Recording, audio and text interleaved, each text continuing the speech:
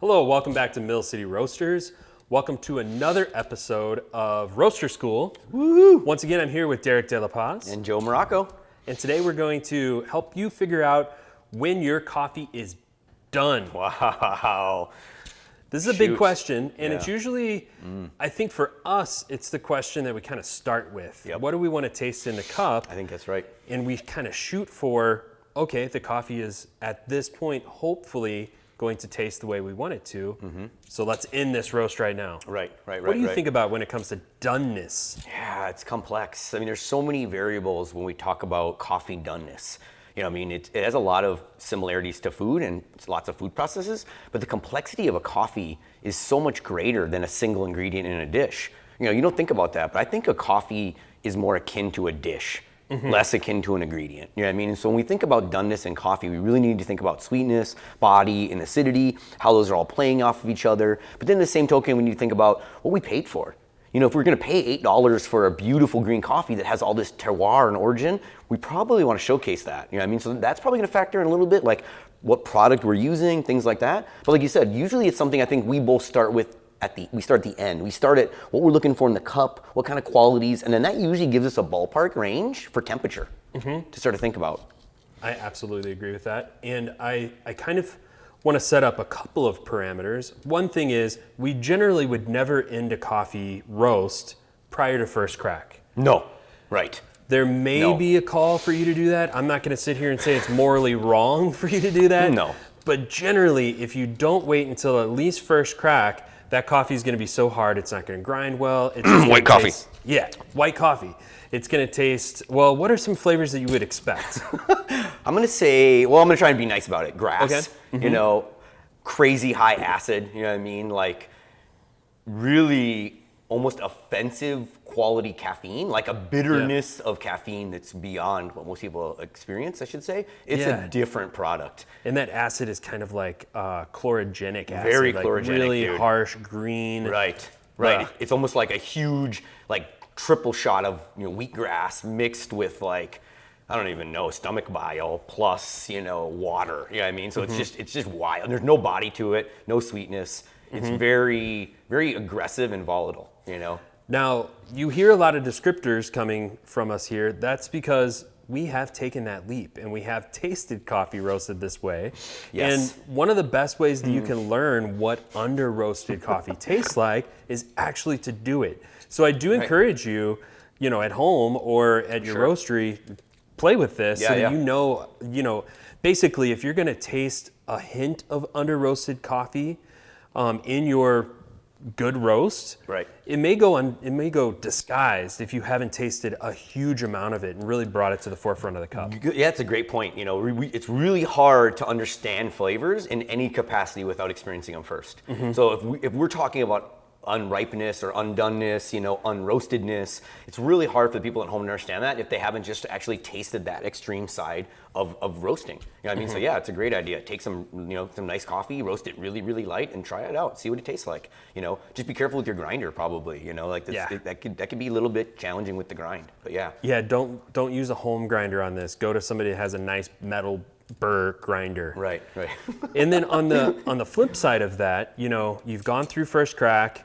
You're waiting it out. You're roasting along. At what point does it become overdone? Overdone. Yeah, that's a great question. You know what I mean? I mean, I guess there's going to be a little culturalness to that. You know what I mean? Like certain cultures just really like more dark caramelized flavors. Certain cultures don't. Like we talk about the Scandinavian roasts, they're super light and super fast. You know what I mean? So in their culture, overdone would probably be something that we might consider too light on some aspects. So really there's a huge spectrum to that. Yeah. And it's obviously going to take some practice, some experience, but the tastes are going to have to determine what you consider overdone to a certain quality. You know what I mean? I think. I 100% agree. And I think it's also something we talk about in class where if that was your goal and that's what you're trying to achieve, then you're probably right. You know what I mean? Now, if that wasn't what you wanted to achieve, if you didn't want to go that far for doneness, then you've gone too far. If you've gone beyond your goal, then that's obviously overdone. Yeah. So in other words, if I'm in your restaurant and I come in and I order a steak and I order that steak well done and you cook that steak well done, it's not overdone. No, not at all. No, it's perfectly done. It's perfectly done. Perfectly done, exactly. But if I come in and I order that steak medium, right. and you cook that steak well done. Well done. Now it's overdone. Now it's overdone. So it's all about hitting that target. That's a good point. It is. It's all about hitting that target and actually doing what you plan to do. You know what I mean? That's a great point. Great analogy with the steak.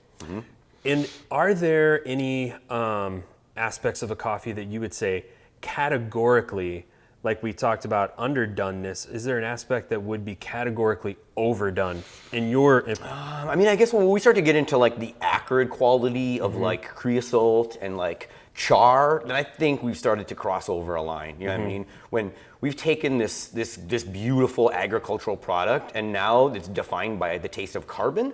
I mean, I think we could probably find something out there to create the taste of carbon that isn't a beautiful agricultural product. So I think in some some closeness of heart, to the earth and to the things that matter, I think that there has to be some kind of awareness around going too far. Yeah. You know what I mean? And char is too far, no matter what way you think about it, I agree with that. And char is really that flavor that he is describing of acridness or that super bitter flavor.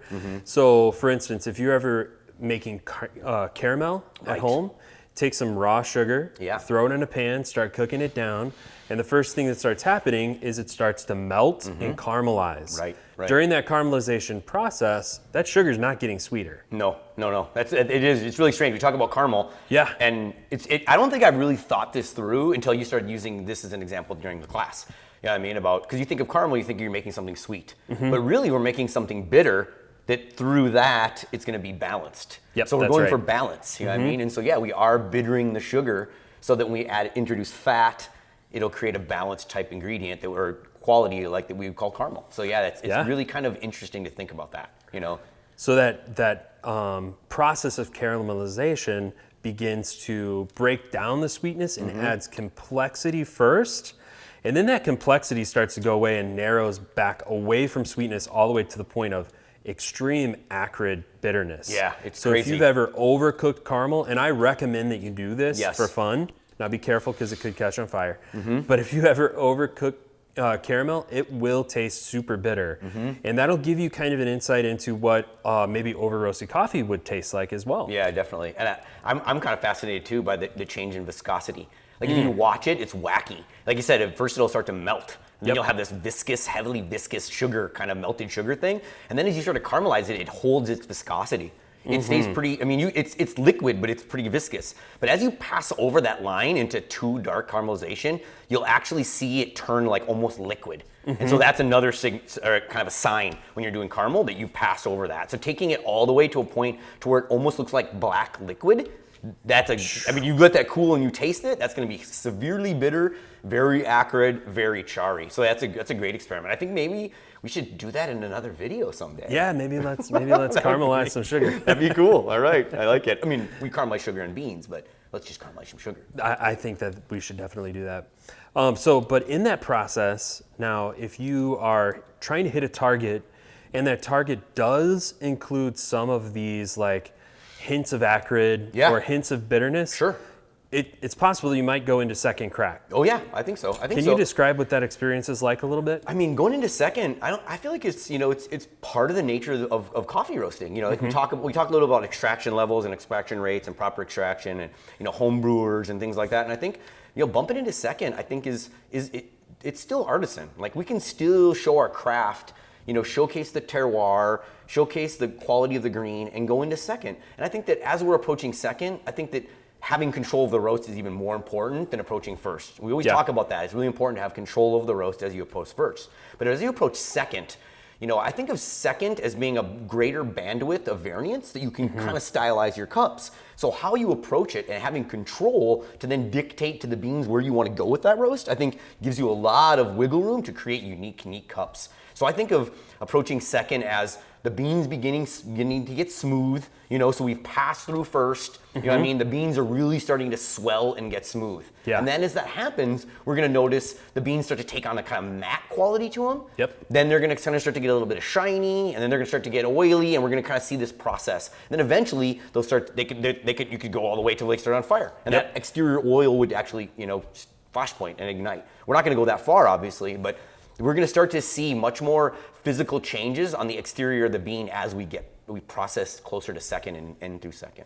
And what do you look for as you're moving from first crack into second crack that clues you into, okay, I'm getting close to second crack now? What is that sensory process like? Yeah, I'd say that it's a lot on the trier. You know, you're really on the trier and you're really using your olfactory to try and pick up all those aroma cues. So I'd say there's definitely a point around first where the first is starting to end and you're kind of starting to lose that. I'm referring to it currently as beurre blanc, which is not correct. It's just for me in my brain. But there's like that slight vinegary smell that we're going to talk about around crack. That kind of goes away as you start to progress through, or closer to second, as you're kind of going through the mid of the roast. And then you start to get like spice qualities, in my opinion. You get kind of like, you got that spice vein where it's like in the middle, there's a lot of spice. I agree. And then as you pass through spice, it starts to become like what I would call more chocolatey. And you're starting to get a lot more chocolate notes or like earthy tones, darker, browner, earthy tones. And then it just keeps progressing that way from like a milk chocolate, maybe to like a dark chocolate, to a baker's chocolate, to a bittersweet chocolate, to then maybe you're gonna start getting into like acrid and carbon and things like that. Definitely, yeah. I personally also pick up, sometimes I'll get a little hint of tobacco or tobacco smoke. Definitely. Especially as I'm getting right to the cusp of second crack. Yeah. And then second crack, as opposed to first crack, it also sounds a little different. Very, very much different. First crack is that bean has swollen and it's still very rigid and hard. Yeah. And as it pops, the whole bean at one time kind of goes pop. And so it sounds more like popcorn. Yeah. Whereas second crack, what does that sound like? It's Rice Krispies. Yeah, exactly. You know what I mean? I mean, Same here. It's so perfectly Rice Krispies. You know what I mean? It's wild. Just listening to you say that, it's almost like first crack is the coffee yelling at you, like, hey, I'm doing some stuff. And then second crack is much more like a whisper. Yep. Like, hey, we're still in here. We're still cooking. We're still going somewhere. And second crack, all of those tiny little crackling sounds, you could get multiple crackles from the same coffee because it's the skeletal structure of the coffee seed that's beginning to kind of break down. Yes. You're getting closer and closer to those carbon-based molecules. And so the actual cellulose in the coffee is breaking down. Right. It is much more rhythmic. Yep. It's pretty, I don't really like to go to second too fast, or too much, I should say, but it is a beautiful sound. Like when you approach second in a really nice place, you have a definitive gap between first and second, and you start to hear the beginnings of second, and then you hear a nice kind of chorus of second. It's as a roaster, it's a pretty cool thing. I totally agree. To be able to experience that, not to say that's the best cup. Yep. But it's a neat experience. So if you take a log and toss it onto a fire, as that log begins to cook, it'll start to hiss and it'll pop real loud. That's the same thing that happens with first crack. Yeah. And then as it begins to actually catch on fire and cook down more, that's when the log starts to crackle, and it's that comforting sound. It definitely is. It is very, very much like a fireplace comforting crackle. Okay, so you just mentioned something that is kind of interesting. You said as you move from first to second and have a nice gap between the two, that you get that nice sound. Now, I have experienced first crack not ending and just moving directly into second crack. Sure. Would you advise for that to happen, or what do you look for in terms of a gap? I would advise for it not to happen, but I'm not going to say that if it does happen, that the results are going to be are 100% going to be bad. You know what I mean? Like, I think in some cultures, in some aspects, there is a value add to a super aggressive dark roast that is defined that way. And just from my experience from selling coffee, like grocery store coffee, to be really honest, like the coffees that are kind of more aggressive, we talked a little about the fireplace and the campfire, the ambiance of the crackling. Well, there's also some other ambiance that we associate with the campfire. That dark, roasty, smoky darkness. Yep. So if you go really aggressive and you actually put first and second together as one consistent crack, you're gonna get a very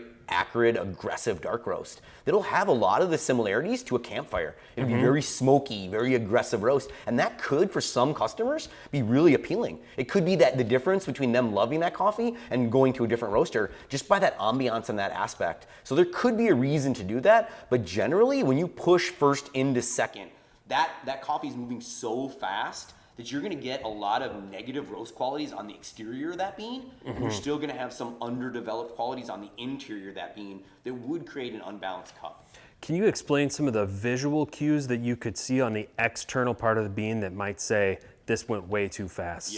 So like chipping, I'm gonna say is one of them, is one that, like, And that was funny because for about 4 or 5 years as I roasted, we did a French roast, it always chipped. And we didn't really know what it was. We thought maybe it was like, the beans were like weak, structurally weak. You know what I mean? But then as time went on and roast science started to grow a little bit, and we attended a few more Roasters Guild, we realized that we were actually, the pressure within the bean structure was getting so great because we were so aggressively roasting it that then a weak part of the bean would just break off and shoot off. Yeah. And to be really honest, like that's something you're trying to sell. And so at a small amount, it's not a lot, but that might be 1/20th of the bean popping off and going into the tray or going onto the floor. And Absolutely. And it's also opening up the cell structure of that bean to then be attacked by oxygen to break down those really yummy qualities that we want to keep in the bean till grinding. So then your customer isn't really getting what they pay for. So that's a problem. So like I'm going to say the chipping, facing, scorching, any kind of funny exterior. If your coffee is just getting into second and it's already oily, that's pretty aggressive roasting. Yeah. We saw a coffee the other day that was so crazy. I pulled the trier. We were going dark. We were in a class. Yeah. This was on purpose. We were purposefully burning some coffee. And we pulled that trier out, and one of the beans at the tip of the bean was just like boiling oil. The oil was just fizzling out. I've never seen it before. Super cool. Super cool. But we were moving super fast on that coffee. Yeah. To see the oil sizzling as it comes out of the bean, that was pretty interesting. So I'm thinking like, okay, so earlier you brought up the steak analogy, and we're talking a little about roasting overdone and underdone. Now let's say like I want to roast this coffee. And I want to roast it like, I'm listening. I'm going to talk about myself in oddly. I listened to Derek on the show, and I'm like, hey, I want to take it into a nice second. You know what I mean? And I want to go a little farther, and I want to get a nice developed second crack roast. But as I do this, I realize that as I'm approaching into second, I'm losing my momentum. You know what I mean? And so I decide I'm going to drop it a little early. Oh. I drop it a little early, let it cool in the tray. Okay. And then I'm sitting there thinking about it, and I'm thinking to myself, yeah, when I was at the restaurant the other night, I ordered my steak, and I ordered it medium well.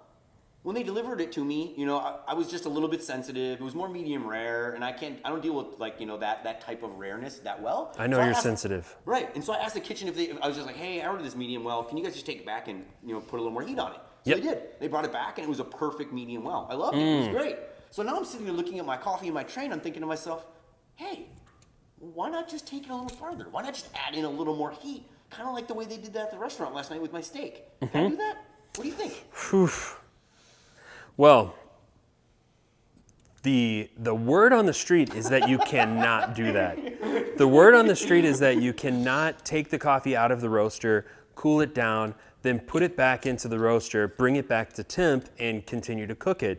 And I think one of the reasons for this is that in order to get it back up to temperature, you've got to heat it all the way back up. And so you're not only starting it at that point and bringing it a little further, you're kind of re-cooking a bunch of the compounds, and you could get more molecular breakdown at a lighter color. Now, I'm going to be very frank though, I haven't tested this. So it could be that maybe one of you people out there watching this video have a lot of time in your hands. Maybe you're a home roaster with a really cool machine that gives you a lot of data, and you could actually do some experimentation with this. We would love to hear about that. Yeah, I'd love to hear about it. You know what I mean? But thinking it through and listening to you also talk through, it's like the challenges of it are great because we're so used to like dealing with moisture. As a roaster, we understand how we need moisture to roast. Well, obviously, if you're re-roasting a coffee, then you probably don't have much moisture available. Definitely. We talk a lot about charge temp. What's going to be this charge temp for this finish temp? Well, if the coffee's already been roasted, then what kind of charge temp do you use? Where do you apply heat to a bean that's already roasted? Like, how difficult would it be to get energy into the inside of an undone bean when the outside of it is already done? Yeah, so these challenges and more await you if you try to take a coffee that you've already kind of roasted and try to re-roast to roast further. So we would advise that you try to shoot for your target and hit that target and don't go back. And then just take the product that you've roasted and learn from it. If it's a little under roasted, that gives you the opportunity to kind of learn what that under roasted coffee tastes like. Good point. If it's a little over roasted, it gives you the opportunity to learn what that tastes like. You're never going to be able to unroast the coffee either. You're kind of stuck with it the way that it is. So as you're dialing in a coffee, it may be a good idea to use a smaller roaster or a smaller batch or something like that to really get the flavor of that coffee. Right. Now agree. I do have a friend who. Yeah, I was wondering if you were gonna tell the story. Yeah, I was gonna ask you if you didn't. I have a buddy who invented this tool. It's basically a PVC pipe. He cut holes in it, and he has little screens that he put on the holes. And as he's getting later in the roast, he'll pull out a try, put it on the screen, put it on the screen, put it on the screen. Then he sucks air through it with a vacuum, and it cools those coffees off. So then he can taste that coffee at several different roast profiles, or let's not say profiles, but levels of doneness of that same profile. Yes. And it definitely gives some insight. Now, if you're doing that on a really small roaster, like our 500 gram or our 1 kilo, taking out 25% of the batch and putting it on that PVC pipe, your coffee is now going to respond different. Yeah. So you might not have like data that will support Harder to replicate. a replicable Yeah. roast. Yep. But if you're on a 15 kilo, a 30 kilo, by all means, you could pull out a few grams of coffee each time, maybe 12 grams per pull, and you've got yourself a cupping. It's pretty cool. I think that's super smart. Like we used to do that in the past, but we would use cupping bowls. Yeah. You know what I mean? And obviously that's not very smart because the cupping bowls are heavy ceramic. They're insulating. The coffee's just gonna bake, or it's just gonna keep roasting in that little bowl. Yeah. So it was a very imperfect science. But this thing has changed it and taken it from an imperfect science to actually be usable. Because now you're getting this huge. We talk about coffees with huge targets. If you have a coffee like that, you're getting that coffee on all the different places on the target, and then you can decide, hey, where on the target do I want this coffee to lay for my own choice? That's really neat because it helps you understand how coffee changes, but also what you like in coffee and how you can kind of in a way stylize your roasts to you. You know what I mean? On what you like, what you want to do with the coffee. That's great stuff. I love that. And there are two major definers of quality for your coffee. Around here, we like to say the most potential that your coffee will ever have is when it's green. So if you want to be able to roast a really delicious coffee, buy a really delicious green coffee, and you're already setting yourself up for success. But the second one is how long you allow that coffee to roast. When you decide that coffee is done. Right. So this part of the decision, what you do in the last few seconds of that roast, is probably the most important decision that you make with that coffee as you are turning that coffee from a green product to a roasted product. Yes. You're taking it from being a raw thing that's kind of without value, and it's you that add the value to it. So where you decide that coffee is done is really defining what that coffee is going to taste like. Right. So- Yeah, and it's a big responsibility. It You is. know what I mean, and that's I think that as a roaster, that's what we love. We love that responsibility, and we love the ability to have our impact into that whole process. But in the beginning, it is a challenge. It is a challenge to understand, where should I go, what should I do. So yeah, it's a learning experience, and you have to do it with practice. Yep. Practice, being present, follow through on the cupping table. Like those are the ways you're going to really understand this kind of thing. And I think a lot of times we romanticize the idea of a craft as being this cool thing that we get to do, and it's like brings us into being part of a club. Right. But the reality of a craft is that it is hard work. It is hard work. You have to be diligent. You have to keep good notes. You have to put in elbow grease. It's going to be really lonely at times. It's going to take a long time for you to perfect that craft. And it takes your devotion and diligence every single day to get to the point where you're comfortable and you become a master craftsperson with whatever it is that craft is. That's exactly right, for sure. I mean, you have to apply yourself. Yep. You have to apply yourself, and there's no shortcut. Yeah. We've been doing this for years upon years upon years, and we still push each other to get better at what we do and to learn more. And that's the thing too, is it never ends. You think you have this thing figured out, and then someone suggests that you try this honey pacamara, and then that just kind of blows your mind because it takes on heat so differently, and you have to understand how heat's applied, and the doneness that you chose at the start didn't work out, and you have to just kind of refigure things out. And so that's the challenge and the fun in being a coffee roaster. You know what I mean? Like, so you should never think of this challenge as like this terrible hurdle. It should always be thought of as this like opportunity, this opportunity for us to just experience this. That's right. And that's what green coffee is. It's just opportunity. It's opportunity. And we're helping realize that opportunity. Yeah, definitely. Now, as you put that coffee into the roaster, a couple things to keep in mind as we go back and revisit this whole curve is in the beginning part of the roast, that coffee is going to take on a lot of heat. It's changing a ton in its temperature. Yeah. So in the beginning of the roast, it goes through the most temperature change. And later in the roast, as you're getting past first crack and deciding when to end, that temperature change is slowing way down. Yes. We generally would refer to that as a declining rate of rise, which is kind of a good idea to start out with, is just make sure that your rate of rise is kind of declining toward the end. But the smaller that rate of rise change is on your graph, know that that is almost an inverse of how your chemical reactions are happening in the coffee. There you go. So the most amount of change in the coffee roasting process is happening in the end part of that roast in the last few seconds.